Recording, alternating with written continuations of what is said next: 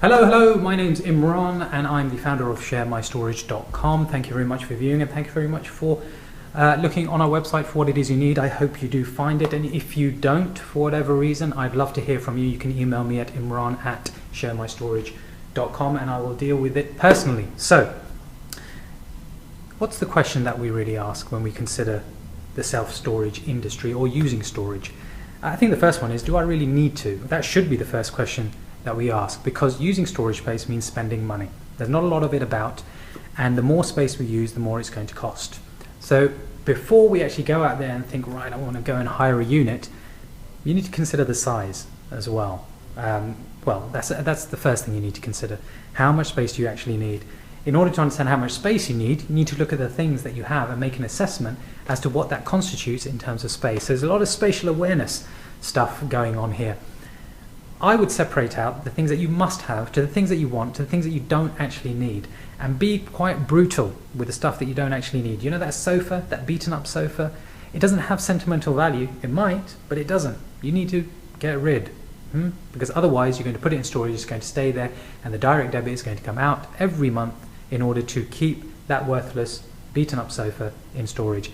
You'll be surprised at how many people just cannot let go. We are actually a nation of hoarders. We just can't bear giving away anything that we own. So once we've done that and we've reduced the amount of stuff we actually need to put into storage, we need to make an assessment as to how much storage you actually need. So I need to give you an idea. Do we all know what a single garage is? I think we do know what a single garage is. That's about 100 square feet. It's about 8 foot wide, 12 foot long, and about 8 to 10 foot high. 100 square feet. That's enough for a 2 to 3 bedroom house or a flat. It's a couple of single beds, a double bed, white goods, dining table, a sofa, boxed items for all the smaller bits and pieces. That's what you're really looking at. In terms of transporting those items over there, you either go for a Luton box van, which is about a 70 square foot type space, or you go for a transit, which is more like 40. You might need to do a couple of trips there as well. So you've decided on how much space you need. Yeah, take a guideline on the 100 square foot. Is it going to be a bit more, a bit less? When you're considering the actual storage provider, make sure they're flexible in terms of you moving from room to room, and they don't penalize you for doing so, and they actually help you to do so as well. It's very, very difficult to get this accurate the first time round.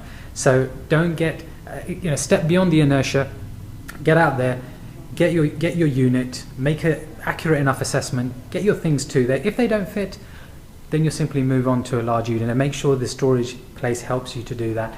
If your unit's too big, then make sure that you downgrade it, because otherwise you're paying for space that you don't need. Hopefully all of that makes sense. We're doing a series of videos here to help people. My time's up. We're doing a series of videos here to help people to understand exactly what they need to do when they are considering self-storage. If you do have any suggestions as to topics that you'd like us to cover, do contact us at sharemystorage on Twitter. You can also join us on Facebook as well, where I will personally deal with your requests.